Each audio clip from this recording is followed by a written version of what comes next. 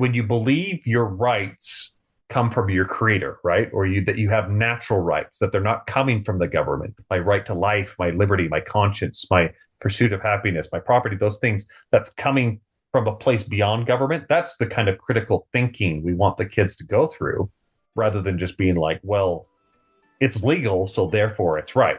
We want the kids to think through those kinds of things. Hi again, everybody. Welcome to another episode of the Narrative Podcast. Mike Andrews, Aaron Bear, David Mahan joining you, and I'm predicting this is going to be our most listened to episode of the year, just because everybody's going to be snowed in this weekend, allegedly. Allegedly, I mean that's the thing here, man. You can't trust Snowmageddon. Don't trust nobody.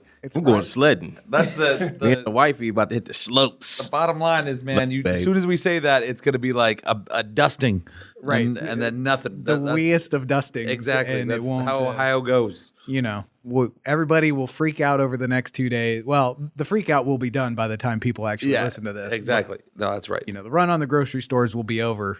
But then they closed schools in Columbus this week for cold. And what's happened to our country? They closed your kids' school. They closed lots of kids' schools. And my kids too. And it was like, for cold? What do we? Back in David's day, they walked uphill both ways. Back in my day too. I mean, what are we doing? What's happened to this generation? Go to school. Anyway, a lot of news this week surrounding snow and ice. Boo. Transition, isn't that just a thing of beauty? But in all seriousness, out of Minnesota, this past weekend, protesters stormed a church and disrupted the service. It made national news.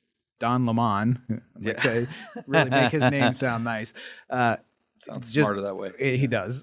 But disrupted this service. It appears that their motivation was that one of the elders at the church was works for ICE, and so they were coming in to... Which, again, is just completely absurd to say that's a reason to disrupt a church service, right? Like, there is no reason for this kind of thing. But that's what to your point, that's why they said they picked this church in particular. And ultimately just harassed everyone in the congregation until ultimately the service had to break up, and... You know, they took their victory lap, seeing like they were so smart for doing this, but some very real ramifications from this, and a lot of questions about where do the boundaries of free speech exist for something like this to happen? Where are the protections for people to gather peacefully inside their churches, and just how should churches respond? Because the one thing that we know from the left is that there's bound to be copycats of this. So, thoughts? The thing I took from it was, as I'm in a group today full of pastors, right? In a room full of pastors working. I got to run with Ken today. I was sitting in the back of the room thinking, you know, so many times we can put our head in the sand and not think about this stuff, not think about culture. Just turn the TV off. That's just Minneapolis. You know, who cares? But the culture came home to City's church, like, and not to say that they were that type of church to put their head in the sand, but in the room today, I'm thinking they couldn't ignore it anymore. The danger, my wife and I were talking about it, the danger is that we're going to have another summer like we had with BLM and all that, and these things just kind of blow up, and really you just have some instigators. Don Lemon flew into Minneapolis. Right. He flew there to stir up a whole bunch of mess. And as I was watching the protest, there was some folks in that church that they did not feel comfortable. You could just see it on their face. Oh, you could see the kids crying? Yeah. Yeah. I'm not talking about the church members. I'm talking about some of the protesters just looked uncomfortable. Like, what are we doing? Right. Mm-hmm. And just Don got them all stirred up, evidently. But I don't think we're at the point where you can ignore this anymore, body of Christ. I mean, this is going, we either engage on our terms or we engage on their terms. And City's Church found out what that plan B looked like. Yeah, it's the politicalization of everything, right? I mean, you think about their rationale for targeting this church. They had an elder at the church who was a federal employee as a law enforcement officer and happened to work for ICE, and that was the sin that this church committed, right? It reminds me of how CCV's on the SPLC hate list. We're on the hate list because we said boys shouldn't play in girl sports. Right, we say men can't get pregnant, and that is what qualifies us in the left's eyes as worthy of castigation, as worthy of vandalism, like they did at the City Club.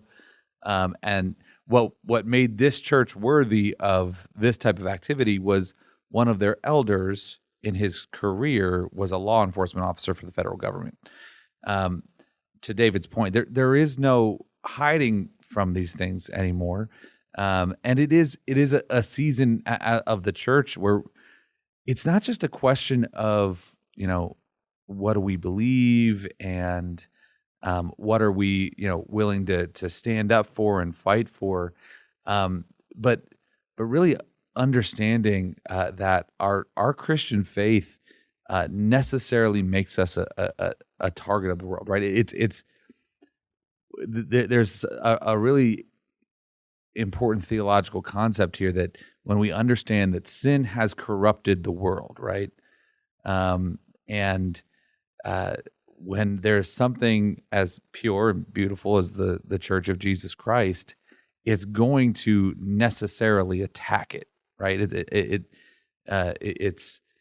can't tolerate that there.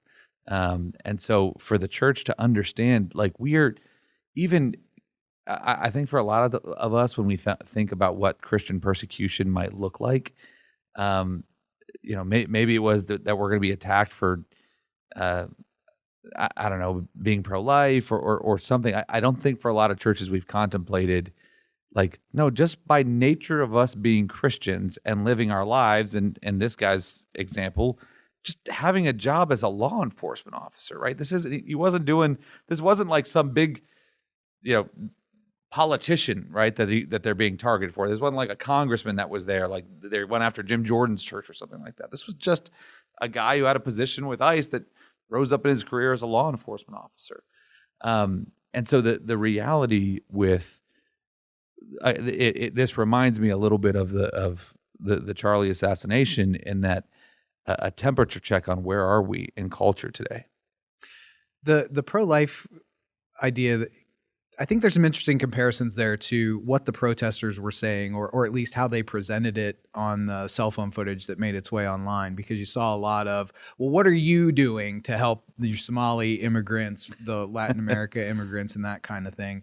And essentially saying, why aren't you out there protesting with us? Exactly. Exactly. Like there's some level of hypocrisy is the charge being leveled against the church. Now I saw that and like, well, what are you doing to help them by coming into this church? Exactly. How is this helping them whatsoever? Right. But that's from those woke preachers on the left who pointed to this as a good thing of, oh, well, even Jesus cleansed the temple. Even Jesus staged a political protest in a religious gathering.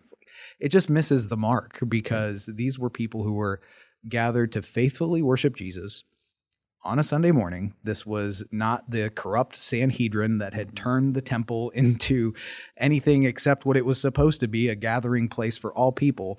And you're disrupting that service in the name of pushing your side of the agenda. Well, and this is where I get really worked out. Like, I want to say, keep this name out your mouth, because you people saying this, you don't believe in Jesus. Right? You're taking, it reminds me of Chris Quinn, the editor of Cleveland.com, who has said, multiple times now, oh, the Bible, show me anything in the New Testament that talks about hate.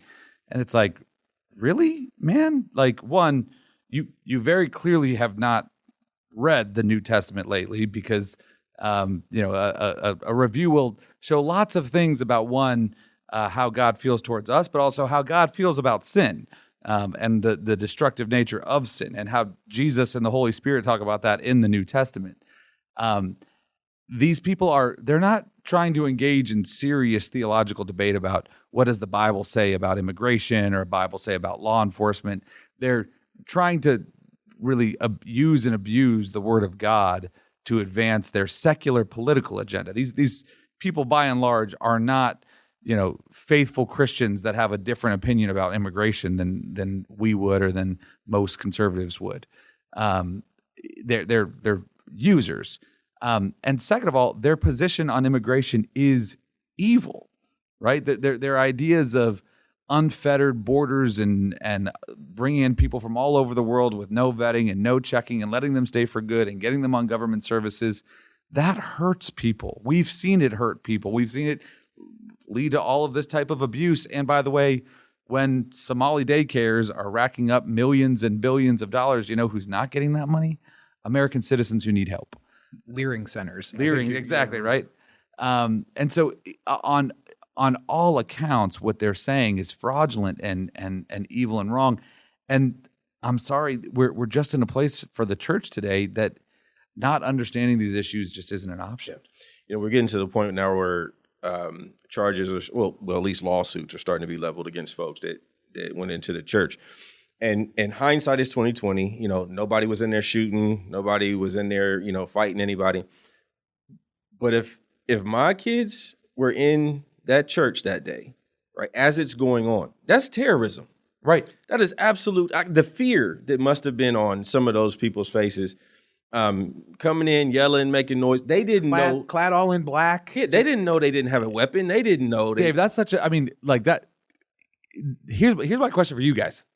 Like, because when something like this happens, you know, Don Lemon, like you said, Don Lemon, he doesn't live in St. Paul. He flew there for this. This was planned. This was what they wanted to do, and they had to know this was going to, you know, be, like Don Lemon wanted to make it national news, right? He has his big following on X, and was going to post these videos. Like he was recording, and these folks probably knew there's a good chance they could get arrested. Like, so far everything is going the way they wanted. So what do you think they were trying to accomplish? I saw it as just more aggressive virtue signaling, like truly just because of how they went in there and the things that they were saying. And they're trying to shame Christians into changing their position just because they're intimidating. It's bully tactics. Right. And honestly, I'm thankful for that church and the members of that church, because it would only take one person in self-defense, right? Again, 2020, we look back and say, oh, they weren't coming in shooting and fighting. Right. But in the moment, something could have really bad happened in that scenario. And I think that's what these protests are starting to do. Light a fire and then paint the narrative, you know, into their own picture. So where did this all come from? So the lady that was blocking traffic, what was her name? Renee Good. Renee Good. She's literally blocking traffic. That's why she was being approached by ICE. Get out of the street. You're blocking traffic. This is illegal. She backs up. She runs into another ICE agent that was actually crossing in front of her car, who had to get medicalized because of being hit by this vehicle. Again, hindsight 2020. He lived in the moment. He was attacked by a woman in a car. Yep. All of this, you know, in and of itself is crazy.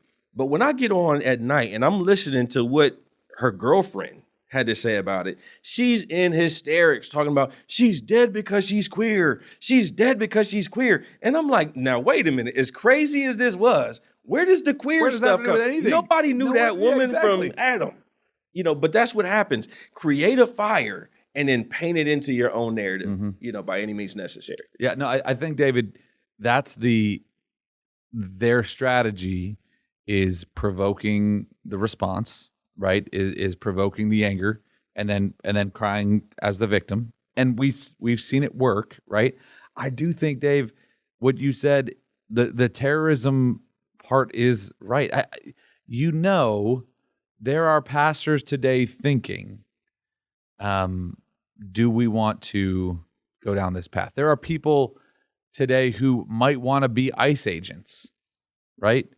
That or pastors that might be thinking, do I want to invite this person to be on my elder board or in a leadership role because and they are associated with the Trump administration or ICE or something like that. And like, to me, that's the only play that strategically makes sense here, because these folks are, you know, I'm glad they need to be arrested. We can't not have. And we could talk about the FACE Act or the things they're being arrested under, because I think there's some interesting stuff there. But they should be arrested, but you know they're glad they were, right? Because all three of the people that have been arrested so far, for the rest of they're going to go on their tours and get paid to go and speak at places because they were arrested by they were persecuted by the Trump administration. Right. and they're martyrs for the left now. Again, we have to. They need to be prosecuted to tell other folks don't do this.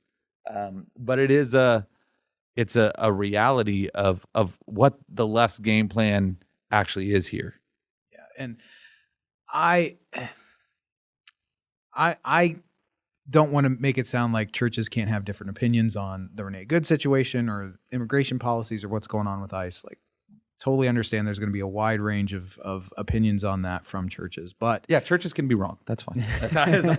But for this group to go in, and I'm still just stuck on the hubris of, we're not from, Don Lemon was not from that church. And don't most actually of them probably weren't from right. Minneapolis. Don't know what that church actually does in their community, and to say you're not doing enough, like, you don't actually know what churches do on these issues. You don't, unless they've taken a very public statement where they were like, "We're glad this happened to Renee Good," or like, I find that hard to believe that any church. Nobody is glad that happened. Spielberg. It is. Yeah. Everybody going in there with their own cameras, painting their own narratives. It's dangerous. And this is, and this is not the first time this happened. I mean, folks should remember this happened in Columbus in 2021 at St. Joseph Church over here when they did the Respect Life Mass, right? And pro-abortion protesters came in and disrupted the church service. Like, this is not, some crazy Minnesota thing because they have all this, illegal immigration in Minnesota. This is happening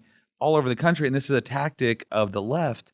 And this is one of these things, churches, this could happen. What are you going to do when this happens? Are you prepared for this kind of situation? I'll just say, I know we're going to be sending out a video here soon to our church ambassador network with Attorney General Yost just on, hey, here's what here's what the law is on these things and how you can respond. And and Dave's also a very strong man of faith as well, and I'm sure he'll have some advice even too on how we should be praying and thinking through these things. Yeah. So let's go there for just a second and step back from, can we set aside just the political climate in Minnesota that led to this and get down to the law? Like, what are these protesters being charged under? You mentioned the FACE Act, and what are the protections in whether federal law or, in our case, Ohio law, that would protect a church gathering? Yeah, I think baseline churches should just feel emboldened on baseline trespassing charges, right? A church has the right as a private organization to say, you can't be here. This is private property, right? Especially for someone who is disrupting an event, right? That is preventing you from doing things that you are especially a worship event of all things, right? A religious service. So the baseline trespassing stuff is there. The funny thing, actually, but talking about this is, I know we're going to talk about the March for Life in a little bit. I was at the March for Life last year, and a year ago I was doing an interview with EWTN on what's called the FACE Act, as you mentioned, the Freedom of Access to Clinic Entrances Act, which is something generally pro-lifers don't like, right? The FACE Act has typically been used by leftist prosecutors to target 40 Days for Life campaigns and other folks that stand and protest outside abortion clinics, to target us, to stop us from doing those activities. And so we've been calling for the FACE Act to be repealed for a number of years. However, the FACE Act does explicitly talk about abortion clinics and churches and places of worship, and that it is a crime to disrupt or block the entrances to those types of things, which is what happened here. So I know Pam Bondi so far is prosecuting, I think, all three of these individuals who've been arrested under the FACE Act, which is, again, we're glad it's the law. I'd still prefer FACE Act be gone because it typically is a tool of the left. And there are other laws as well that these folks violated, not least of which is trespassing on private property. Well, you mentioned the March for Life, so let's talk about that. It's going to be the day that this episode is released will be the March for Life. So always a great gathering. It looks like they're going to miss the snow. Hopefully, it's going to be cold. It's going to be cold. They're going to be missing some fingers, like frostbite. It's just game out there. But always a great time. So what can people expect when they go to the March for Life? What types of things do you get to enjoy when you head out to DC? Man, it truly is a vibe. But all these years, my wife and I have been doing things here locally on Life. She's a pregnancy center. I've been doing things to, being out there with her together. Actually, we were out there with Aaron. It just was amazing. So many different people from all walks of life. We're marching down this huge street, and then all of a sudden we see this entire group that live like right up the street from where we live in Pickering. And it's like, but there are no strangers. It's like there's hundreds of thousands of us standing for one of the most important things we can stand for in our day and age, and unified around it. I will say, though, we need to get some more evangelicals in the house. Because the Catholics, and thankful They for show them, up strong. they stack up for the March for Life. Yeah. Well, and the march always takes on a different importance every year, right? So last year when David and I were there, it was so celebratory because we had just gotten out of this radically pro-abortion administration, and Trump was coming in and he was signing all the executive orders. You remember he pardoned the pro-lifers that were being prosecuted. Like it was such a celebration. But there's a reason we do this every year, because the political tides, the political winds blow in different directions. And so this year, this is much more of a defensive posture for the pro-life community, right? Because Hyde is under more threat than ever before, where they're looking at passing these Obamacare subsidies, and 3 Ohio Republicans voted for Obamacare subsidies without Hyde protections in there, with the protections that say taxpayer dollars can't go to abortion providers or to health insurance plans that pay for abortions. And, Mike Carey, Max Miller, Dave Joyce, they all sold out the pro-life community and voted for the Obamacare subsidies without Hyde. You couldn't give Planned Parenthood a greater gift. Exactly. And so for us right now, as this bill now goes to the Senate, it's the reason why we have this action alert out there, is the pro-life community needs to remind lawmakers, hey, you got to do the right thing and protect life, and at the very least protect our taxpayer dollars from going to child murder. This is why it's why we keep going with the Ohio March for Life year in, year out, why we keep doing the National March for Life year in, year out, is because we can't allow that this issue is too important for us to leave this up to the political winds. And if you're willing to lend your voice, ccv.org, and just click on the advocacy tab at the top of the page. You can find it there. It takes literally 60 seconds to do this, and encourage Senators Moreno and Husted to stand strong for life. And already, 500 people have sent messages on that? Yep. It's gotten great response. So please add your voice to that. We're going to segue now to our interview. We had a great opportunity this week to talk with Daniel Harmon, who was one of the founders of Angel Studios, and he's running a show now called the Tuttle Twins. And Aaron, I hate to tell you this, but David watched cartoons in the office on work time as preparation for the interview. That's about normal. I did it. Him. Yeah, that's he's not even ashamed. Speaking of Angel, we just saw the David movie, and it was awesome. It was great. Not about you, about the actual David. That would not be great. Close relation. Yeah. That would be awful. But it was a really fun conversation. They're doing great things on the Tuttle Twins to teach some more complex free market principles and conservative principles to kids. It's a great show. Watch that. David actually make you conservative. He actually said he's going to give you a spot. That's good. Well, we'll see about that. But Daniel Harmon from Angel Studios, our guest on The Narrative this week, and it's coming up right after this message. My name is Lauren Metters, and I'm the Business Development Manager for the Christian Business Partnership. I want to invite you to imagine something with me for just a moment. Imagine if every Christian business owner in Ohio tossed a single rock in the same pond.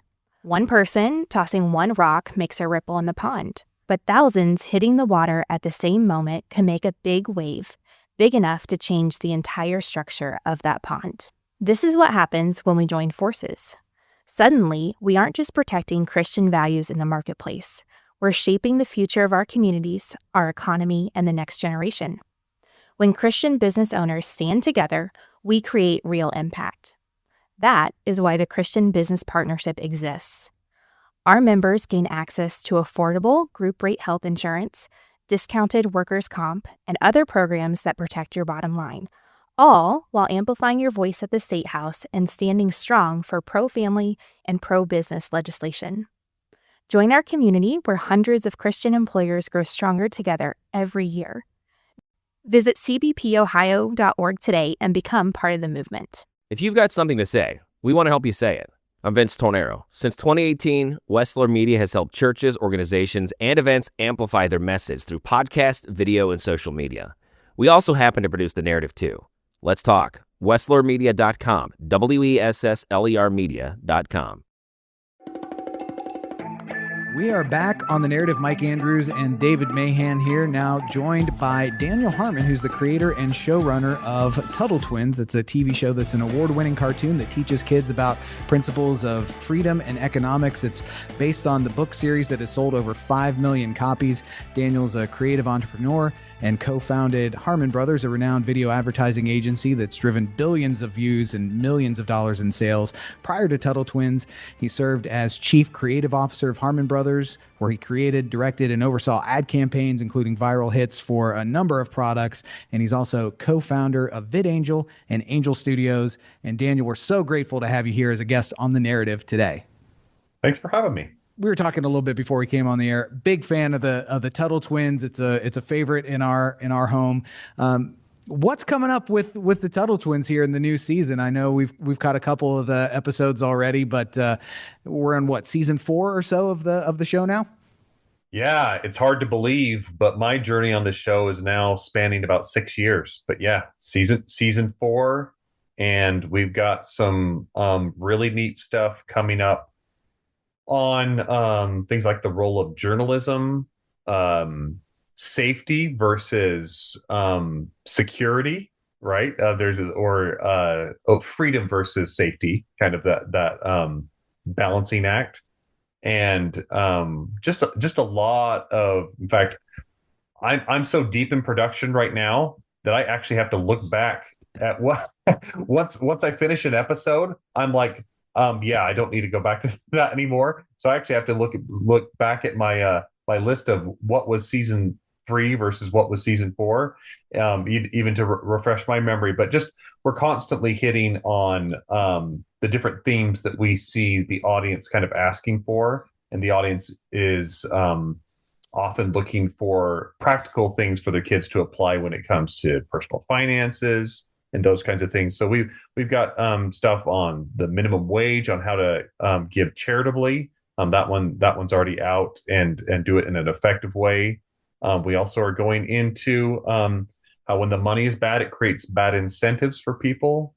And we're even going to get into creative destruction with Henry Ford on how new technologies destroy some jobs, but they create other jobs. And so that's a very relevant theme for the rate at which technology is evolving right now in our day and age. So lots of neat stuff, merit versus equity, and even price controls. Lots of cool things.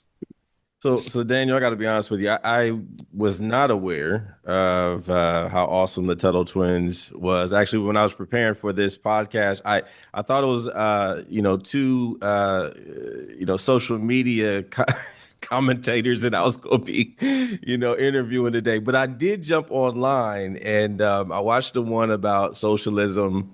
And matter of fact, when I came into the studio, Mike was singing it. Socialism is great. Socialism. You were singing it. Okay, I got that back. Get it right. But absolutely hilarious. Could you give us the background of where Tuttle Twins came from and why you decided with such an illustrious career you wanted to do cartoons? Yeah, so Tuttle Twins originated with the original authors of the book series, Connor Boyack and Elijah Stanfield. So Connor, he's a writer, and he went online looking for books to teach his kids about things like rights to life, liberty, and property. He just wanted to teach them principles of freedom and economics. When he searched on Amazon, he came up pretty empty-handed for any kind of resources for kids, but he's very well read, knows kind of the classic texts on these things. And he's like, well, it's not written. I guess I'll just write one. So he wrote it for his kids. I bought the first book. Connor and I have been friends for a long time. Read it to my kids. They loved it. We used it as a homeschooling resource. And then when it was that successful, he's like, well, I guess I could make another one. He did one on the golden rule, did one on entrepreneurship, and he just kind of snowballed into this whole series, right? And it was starting to get to the point where it was selling tens of thousands of copies. Like, it was that successful. And again, my family bought them all. We loved them. and it gained enough momentum that he actually entertained the idea with his along with his illustrator Elijah Stanfield. They started entertaining the idea of turning it into a TV series. And at the time, I was chief creative officer at Harmon Brothers, the marketing agency that you mentioned before. We were, responsible for a lot of viral ads back in the earlier days of YouTube and Facebook video and those kinds of things. And I had been kind of itching to do more than just ads for clients. I wanted to kind of tell my own stories. And so my business partner came to me and said, "Hey, I think we should do Tuttle Twins, the TV show. And like that should be your first thing to do." And I was like, I don't want to do a political show like as the first, film or TV show I do. But I kind of sat with it long enough. I was like, wait a minute, I love this book series. I love what it teaches for kids. It's been a really good resource in my family. And I kind of had a picture in my head of what it could be in the way of education and entertainment, and hopefully making it something that kids would choose as a source of entertainment over their options on, Disney Plus, YouTube, and Netflix and the like. And I was like, if I don't do this, who will? And that picture was not clear to me that if anybody would do that. And I was like, okay, I guess I have to make it happen. And so we dug in, we approached Connor. He was an admirer of our work. We were an admirer of his. And I kind of spelled out a little bit of a vision for how Tuttle Twins could be kind of like a Marvel brand, where, Marvel has its comic books and it has its video games and it has its toys and the cinematic universe and the cartoons and all these things. They all have a little bit of a different flavor, but I mean, you kind of get it with Marvel overall, what it is with the superheroes and all that stuff. And I was like, Tuttle Twins could be a very similar thing where it's this kind of brand for kids, but a resource for parents to teach their kids about freedom and principles of economics. And unlike the show will be very different for the books, but all kind of this Tuttle Twins brand. And he kind of bought into that idea, and he's an executive producer on the show. So he actually helps from the ground level of writing, of making sure the lessons are coming across the way they need to. And then I'm in charge of the creative, of the story development and the characters and all those things. And I have a really talented team of writers and storyboard artists and everything. So that's kind of where it kicked off. And we got the first season crowdfunded. That's what we did. Our distributor is Angel Studios.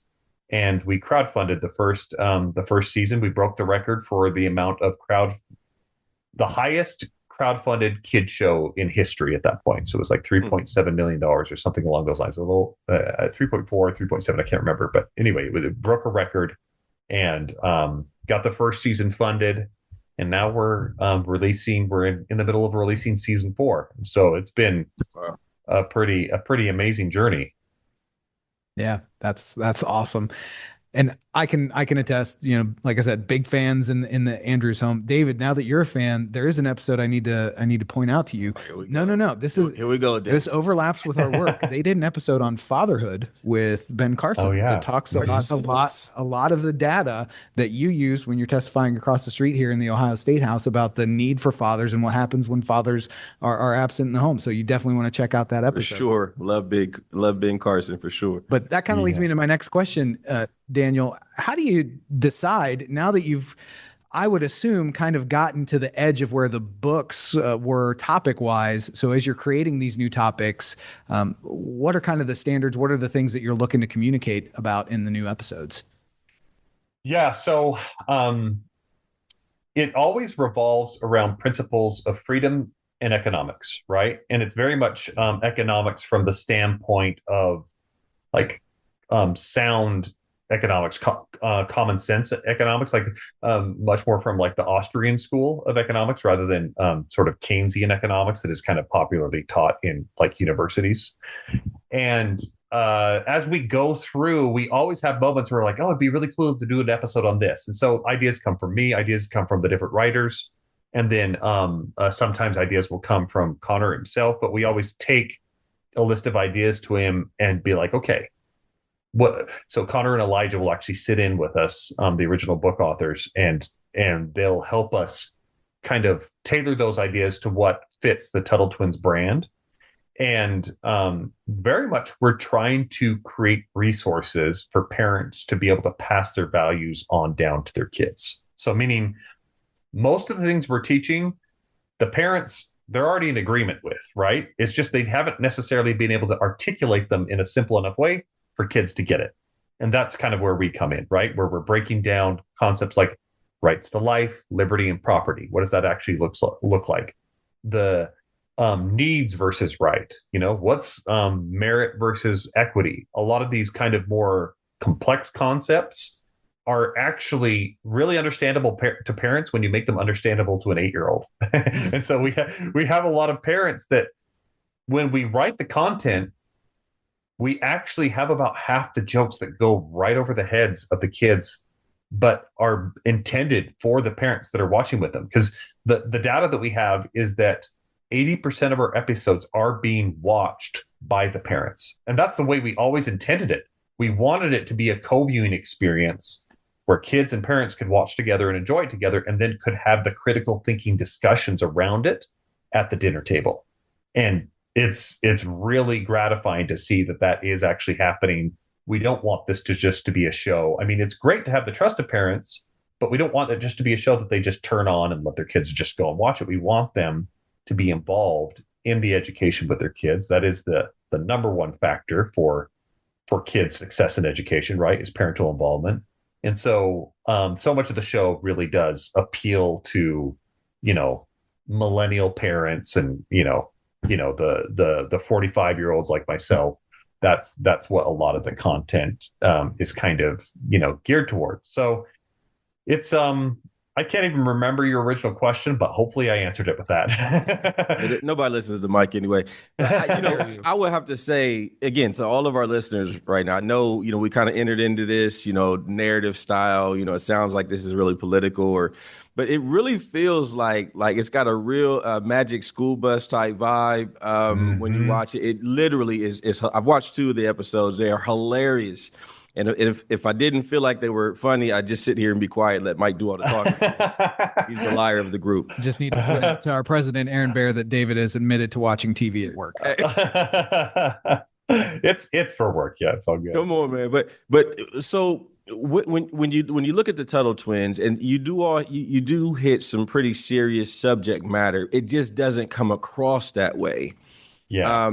What is the magic behind creating? Like, tell us about the characters. Tell us about, how they interact with each other and what makes it so funny while you're dealing with so many serious subjects. We've landed on some really compelling characters that and some compelling storylines. For example, the twins have a grandma with a time traveling wheelchair, right? The audience should know that right off the bat. Right. And she's in this place, this grandma's in this place where it's like, is she brilliant? Is she crazy? I don't know which, right? And like a lot of grandparents are kind of in that space. And inspired by one of our writers and my co-creator, Johnny Vance, inspired by his grandma, he was kind of borrowing a lot of inspiration from her life for the way he's written for her and the way we write for her now. But she is an immigrant from Cuba, so she grew up under a communist regime, and so she knows firsthand what oppression and what tyranny looks like, and so she kind of knows how to recognize it and teach her grandkids, the Tuttle Twins, how to sort of avoid that. And she takes them back in time to visit famous figures from history, like Frederick Bastiat, like Ben Franklin, Harriet Tubman. We've got Henry Ford coming up.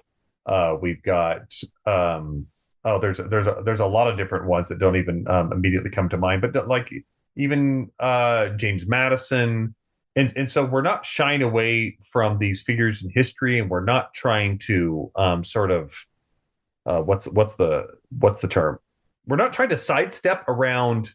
How's the best way to put it? For example, if you go back in time and you visit a figure like George Washington, which we've done, acknowledging like his belief in God, right? That's part of the show. Like we don't the show isn't what I would call a Christian show, but it has Christian values. And a lot of the people that we visit come very much from that Judeo-Christian perspective, and we acknowledge that. We don't try to tiptoe around it or anything. That when you believe your rights come from your creator, right? Or that you have natural rights, that they're not coming from the government, but my right to life, my liberty, my conscience, my pursuit of happiness, my property, those things, that's coming from a place beyond government. That's the kind of critical thinking we want the kids to go through, rather than just being like, well, it's legal, so therefore it's right. We want the kids to think through those kinds of things. And so it all starts with just having great characters.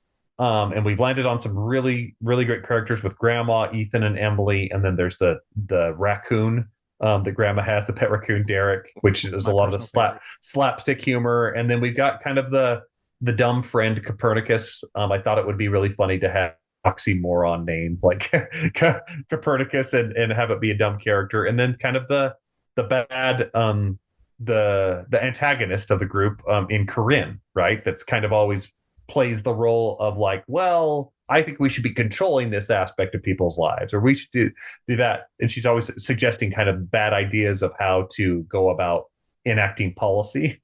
We've got a Corinne like that here at CCV. Oh, wow. We're going to have to edit that out. Words at the staff meeting. I ain't scared of okay. But anyway, we the theory for the show has been from the beginning that if you make the characters compelling enough and you make the stories interesting enough, then the kids don't even have to feel like they're learning, but they will, right? If I say with great power comes great, can you guys finish that sentence for me?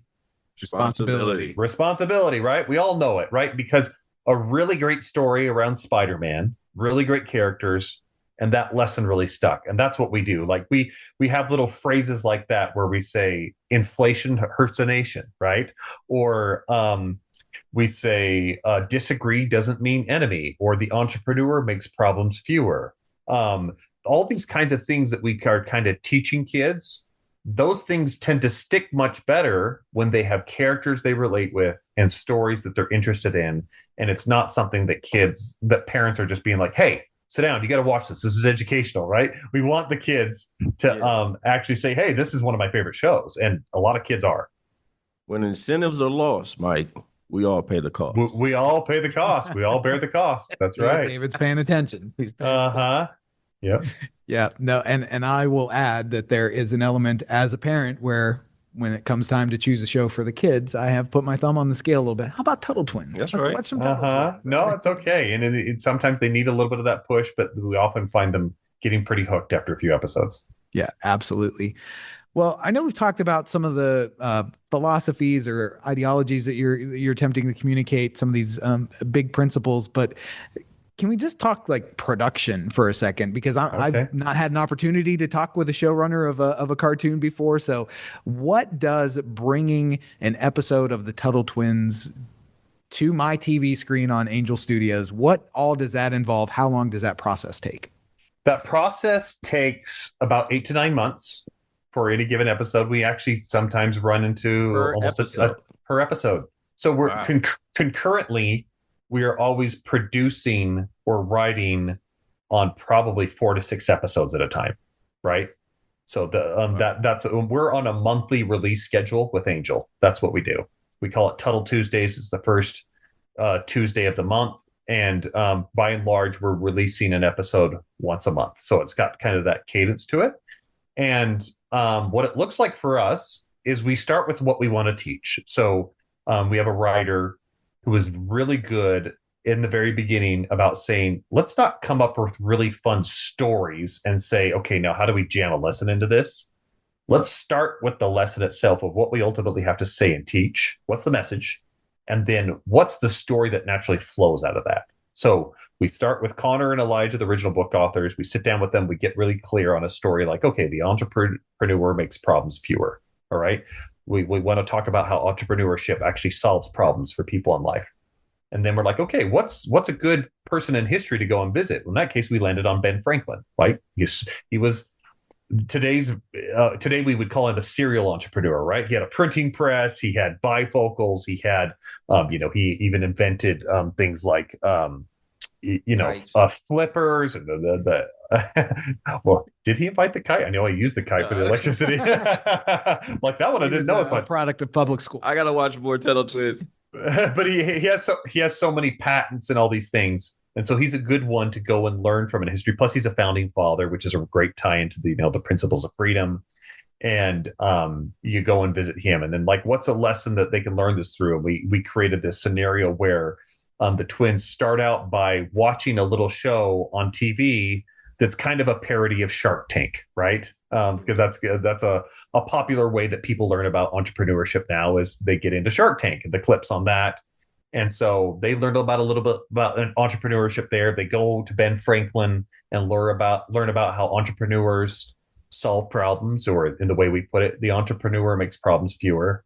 And then they eventually go and apply that lesson coming back to their hometown they get a corn dog stand going. And then they have a little competition with Corinne that she pops up her own corn dog stand. And then now they have to differentiate themselves from her by adding a special sauce in the way that they sell their corn dogs, and because she was coming in with and competing with them on price, and so they decided to compete on quality.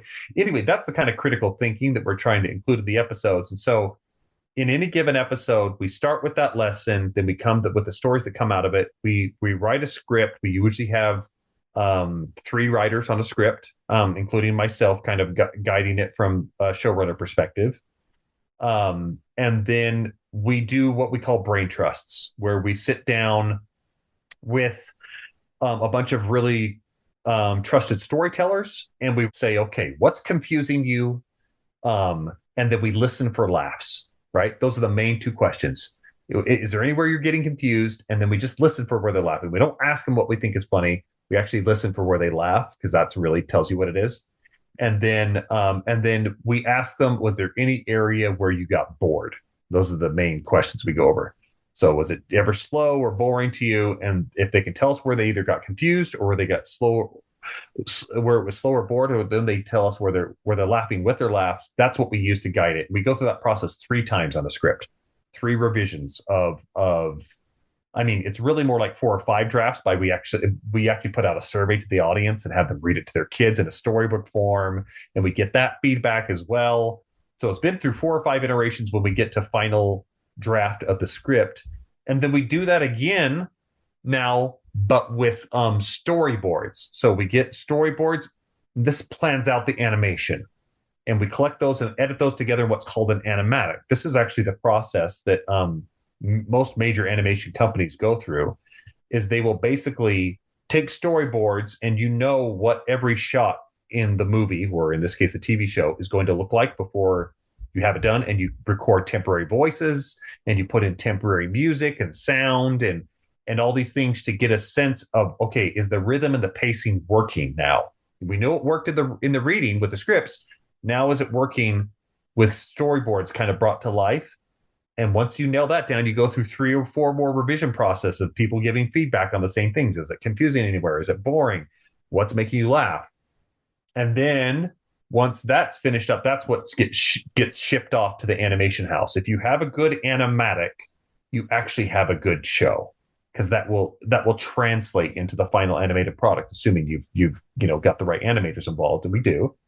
And what's so interesting about our process is, because we're an angel show, and Angel's mission is to amplify light, every episode of Tuttle Twins has to be approved by the Angel Guild before it goes public on the platform. So the Angel Guild is a collection of 2 million people that are subscribed as guild members, and they get to watch every episode before it goes public.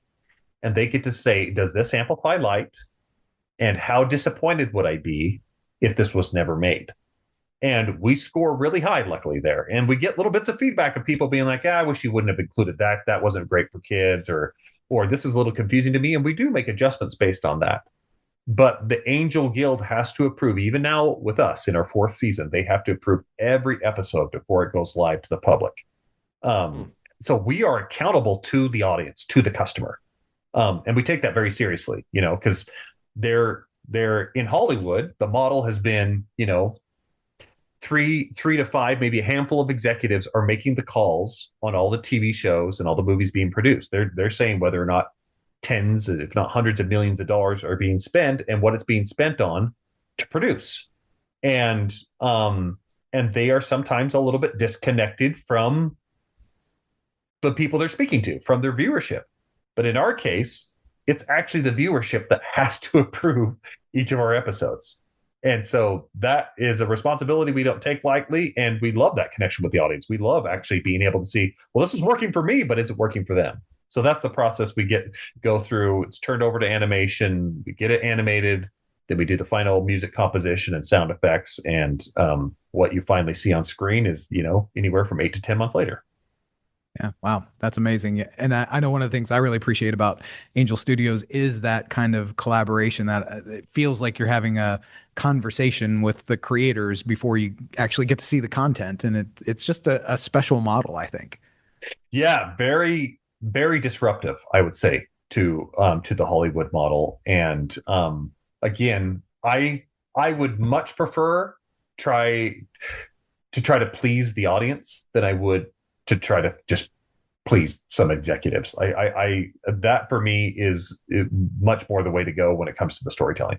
Daniel, you are on the narrative, and just about everything we do here is controversial. So would you say that even though we're talking about a cartoon, right? Like, do you ever get pushback from folks that maybe don't appreciate your spin on history or civics? All the time. Yeah. Wow. It's particularly when we put clips up on social media. Now, on the Angel audience, very little, right? That's a very aligned audience. People that very much value traditional sort of constitutional principles of freedom. And that's so much of what the show is built on, and really get the sort of sound economics argument that we're putting forward. And but yeah, when we put clips out on social media, and granted, we have hundreds of millions of views on these clips across, Instagram, Facebook, TikTok, YouTube, and the like. All the time, people, we have, there's no shortage of socialists and communists online that are willing to chip in with their 2 cents on what we're saying, of like, oh, you're indoctrinating kids, and that's not really how history was. And granted, we haven't gotten everything perfect. We try to fact check things and try to make sure our arguments have the proper nuance and things. But obviously, we're taking a position on things to rights to life, liberty, and property, on very limited government, and on individual responsibility, and people's but in the show, one thing I'm really proud of is that we always put forward, whenever we make an argument, that kind of people need to be left alone, and government needs to protect their rights and not get into, taking away their property and telling them what to do. We're also making the argument that we should voluntarily go out and help our neighbor at the same time, right? We should be serving one another. We should be freely giving. We should be charitable. And that should come from our own heart, and because it's the right thing to do, not because someone's forcing us to do that. Like, that's constantly what we have the twins do, was they'll learn about something like, well, wait, when the government comes in here and subsidizes this area, it messes everything up. But there are these other people that need to be taken care of. And so let me just go and do that. Like, we always have the show kind of end on that kind of a note, where they go and like kind of step in and take care of their neighbor voluntarily. And we want to show that example to kids, that like it should be that sort of uplifting message of, at the end of the day, I'm not responsible because the government tells me I'm responsible to take care of the people around me, but because ultimately, from my perspective, God is telling me to do that, right? Because Jesus taught that, right? That is, and certainly that makes its way in there, even though, as I mentioned, this isn't, wouldn't call it a Christian show, but it definitely has those Christian values in there. And I think that's very important. But the main thing is, like, you can't pander to the haters. Like, at the end of the day, the haters are going to hate and the lovers are going to love. And we've got plenty of people that love the show. And we just continue to put that out there. And there's so many people that are hungry for it, right? So many people. Like it is in places like one of the people on our team, he actually is in Venezuela, right? He lives in Venezuela. And so he loves the show and he loves the teachings of it because he's seen very much firsthand the oppressive nature of government, right? I'm not going to comment on anything that's going on there right now, but other than we all know kind of what's led up to what's happening today, and there's been a very controlling, oppressive government there. We're on Argentinian public television. President Milei down there has actually put Tuttle Twins on our Argentinian public television, and the interesting thing is with where the people see it firsthand, where they've watched their governments dive very deep into either communistic or socialistic kind of strategies, they get it. Like they've grown up with it and they are like starving for this kind of content. But for the people that have grown up under a quote unquote either democracy or a republic or feel like that's what they've grown up in, they are not seeing the need as much. They're just like, oh, why aren't we just taking care of the poor? Why doesn't the government just do that universally, kind of a thing? And so we are always trying to make the argument for sort of the economic consequences that come with those kinds of decisions when you pursue that. It doesn't turn out the way you want it. Like universally, this is one thing I found though, because a lot of the members of my team are actually not 100% in lockstep with the message of the show, but they like the arguments about the way that we're going about it. Meaning, so many of our members of my show would consider themselves either center or center left, even. But really, this show appeals much more to the center right, to further right than that. But when people that can consider themselves center or center left actually sit down and watch the show, they end up agreeing with over 80% of what we're saying. Yeah. Now, the far left, no, we can't touch them, nor do we care to, right? But that is actually what happens, because when you actually boil these down to principles, and we talk about it in those terms, we don't talk about it in left versus right, conservative versus liberal, red versus blue. We don't get into any of that. We just teach the principles and the critical thinking behind it, and that people can really get behind. So we're very proud to feature Karl Marx on there. I mean, so we did something for the left. Yeah, we did. We made him into a bad guy. I love this guy. I have to ask. I'm not a part of the guild, but I do have to ask you for a favor since we're good friends now. I need Aaron Baer on there as the fun-loving lobbyist in one episode. I need Thomas Sowell on economics. Trickle down economics, or Thomas Sowell's coming. He's coming. Yep. We've got an episode on merit versus equity. Yes. He's gonna break that down for us. Yep. We've got him coming here in season 4. Awesome. Yeah. That's outstanding. Well, Daniel, as we wrap up here, I just want to ask, I know you were a fan of the books. That was my entry into the Tuttle Twins as well. You're 4 seasons into the show now. Do you have any kind of pie in the sky ideas for where this goes, or are you just enjoying the ride at this point? I'd say both. We've had the internal goal for a while, which we've actually shared with our audience, which is to reach 100 million kids with the ideas of freedom. Now we're well on our way there, because we are always either the number 1 or number 2 TV show on the Angel platform. So we're getting a lot of viewership there. And then the clips that we put out online, again, have been seen hundreds of millions of times. Now, a lot of those are repeat views, and we don't have a way to necessarily measure if we've gotten to 100 million kids. And granted, for the number of kids that are sort of in the prime demographic for us, 6 to 12, I think in the United States, it might be somewhere in the neighborhood of 15 to 20 million kids that are in that at any given point. But as the show continues to live on and have more and more seasons, it can affect more and more people over time, and we're getting it translated into more languages. I mean, we're in Spanish, where we've had a lot of success. We're growing faster in Spanish than we are anywhere, and we're in Portuguese. We've had a lot of success there. Again, a lot of people that are very hungry for it, that have watched bad economic policy in their countries take effect. Not to say that We have exemplary economic policy in the United States, but again, they've grown up with that their whole lives, and like they know that oppression, and so they're starving for these kind of resources, and are really cluing into these figures from history that have taught about these things, the Austrian economists, people like, Thomas Sowell, like Milton Friedman, like Friedrich Hayek, like Ludwig von Mises, that they're finally learning about these figures and are just eating it up. And that's really encouraging to see. So my real pipe dream is that the show outlasts my involvement in it. That would be amazing.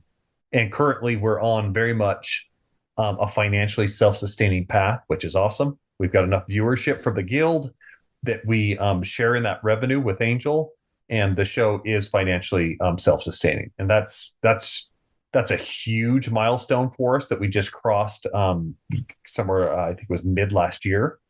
And so theoretically, the show can continue on for season after season. And, we just want to beat The Simpsons. What are they up to? 36 episodes an hour? 36 seasons? Yeah, but they only had about 12 good ones. So. That is true.